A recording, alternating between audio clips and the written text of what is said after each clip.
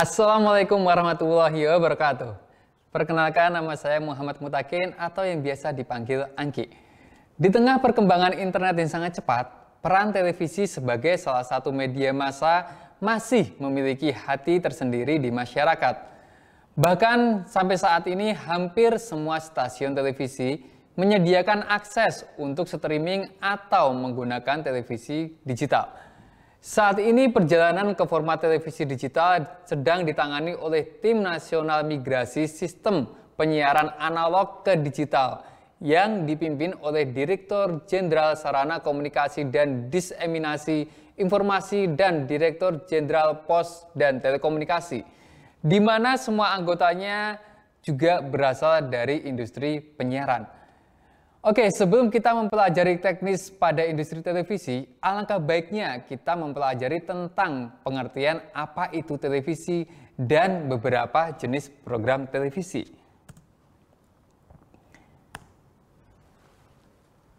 Adi Bajuri dalam bukunya Jurnalistik Televisi menyebutkan televisi adalah media pandang sekaligus media dengar atau audiovisual, yang dimana orang tidak hanya memandang gambar yang ditayangkan oleh televisi, tetapi sekaligus mendengar atau mencerna narasi dari gambar tersebut.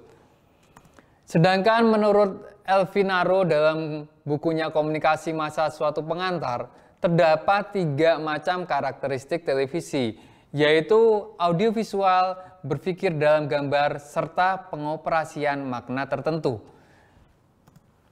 Siaran televisi pertama kalinya ditayangkan pada tanggal 17 Agustus 1962 oleh Televisi Republik Indonesia atau yang kita kenal sebagai TVRI, bertepatan dengan peringatan Hari Kemerdekaan Republik Indonesia yang ke-17. Pada saat itu, siaran hanya berlangsung mulai pukul 7.30 sampai 11.02 waktu Indonesia Barat.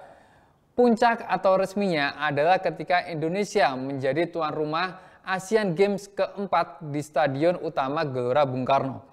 Dengan adanya perhelatan tersebut, maka siaran televisi secara kontinu dimulai sejak tanggal 24 Agustus 1962. Indonesia menjadi negara keempat di Asia yang memiliki siaran televisi setelah Jepang, Filipina, serta Thailand. 1989, pemerintah membuka keran izin didirikan stasiun swasta yang dimulai dari berdirinya RCTI, SCTV, TPI, Antv, Indosiar, dan lain sebagainya hingga saat ini. Naratama dalam buku Sutradara Televisi dengan Angle dan Multi Kamera mengatakan bahwa program televisi adalah sebuah perencanaan dasar dari suatu konsep acara televisi yang akan menjadi landasan kreativitas dan desain produksi yang akan terbagi dalam berbagai kriteria utama yang disesuaikan dengan tujuan dan target pemirsa acara tersebut. Sedangkan menurut Morrison dalam bukunya Jurnalistik Televisi Mutakhir mengatakan bahwa program siaran adalah program yang berisi pesan atau rangkaian pesan dalam bentuk suara, gambar atau suara dan gambar, atau yang berbentuk grafis, karakter baik yang bersifat interaktif maupun tidak yang disiarkan oleh lembaga penyiaran. Program siaran merupakan segala hal yang ditampilkan stasiun penyiaran untuk memenuhi kebutuhan audiensnya.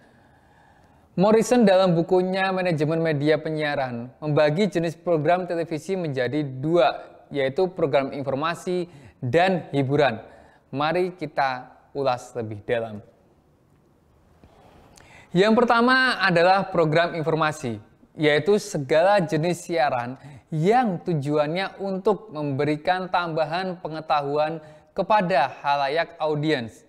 Daya tarik program ini adalah informasi, dan informasi itulah yang dijual kepada audiens. Program informasi ini dibagi menjadi 2, yaitu yang pertama adalah hard news, yang memiliki arti adalah segala informasi penting dan atau menarik yang harus segera disiarkan oleh media penyiaran karena sifatnya yang harus ditayangkan agar dapat diketahui khalayak audiens secepatnya. Contoh hard news yaitu ada stretch news atau berita singkat, feature atau berita ringan tapi menarik, dan infotainment yang berisikan konten tentang kehidupan orang-orang atau masyarakat.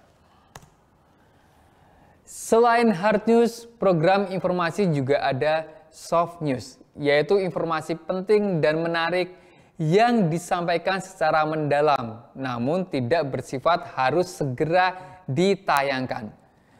Soft news ini sendiri dibagi menjadi beberapa jenis. Antara lain adalah current affair, yaitu berita yang sebelumnya ditayangkan dalam hard news tetapi dibahas kembali secara mendalam. Kemudian ada magazine, yaitu program yang memberikan informasi ringan secara lebih dalam dan ditayangkan terpisah dengan program berita. Berikutnya ada dokumenter, yaitu program informasi yang bersifat mendidik, memberikan pembelajaran dengan menarik. Dan yang terakhir ada talk show, yaitu program perbincangan yang dipandu oleh pembawa acara dengan mendatangkan narasumber sebagai orang yang memiliki pengalaman dan ahli dalam topik atau isu yang dibahas.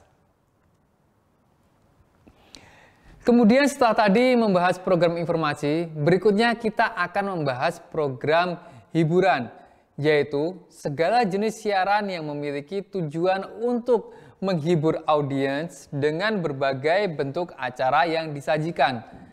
Adapun beberapa macam program hiburan, antara lain adalah drama, yaitu program yang menceritakan kehidupan para tokoh dengan karakter yang diperankan dan terdapat berbagai konflik yang melibatkan emosi, semisal film atau sinetron.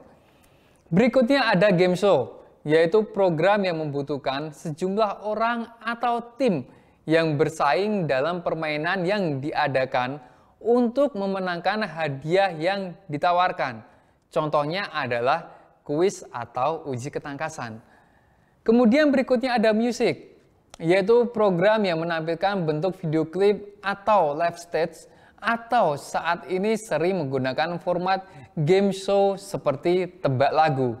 Serta yang terakhir ada pertunjukan, yaitu program yang menampilkan kemampuan seseorang atau beberapa orang pada suatu lokasi, baik itu di studio ataupun di luar studio. Contohnya adalah pertunjukan masak, sulap, atau kesenian lainnya. Setelah tadi kita membahas jenis program penyiaran, mari sekarang kita bahas sekilas tentang proses produksi. Dalam hal ini, seorang produser profesional dalam merencanakan sebuah produksi program televisi akan dihadapkan pada 5 hal sekaligus yang perlu pemikiran mendalam. Yaitu yang pertama ada materi produksi, di mana membahas secara detail tentang apa yang akan diproduksi. Kemudian ada sarana produksi yang berhubungan dengan alat yang dibutuhkan. Berikutnya ada perencanaan biaya produksi yang berhubungan tentang finansial dan kualitas yang ingin dicapai. Kemudian ada organisasi pelaksana produksi yang bersangkutan dengan kru atau tim produksi. Serta yang terakhir ada tahapan pelaksana produksi, membahas mulai dari pre-produksi planning, setup and rehearsal, production, hingga pasca produksi. Oke, itu tadi pengenalan tentang dasar produksi televisi. Poinnya adalah teman-teman harus memahami terlebih dahulu struktur dan pola di dalam industri televisi.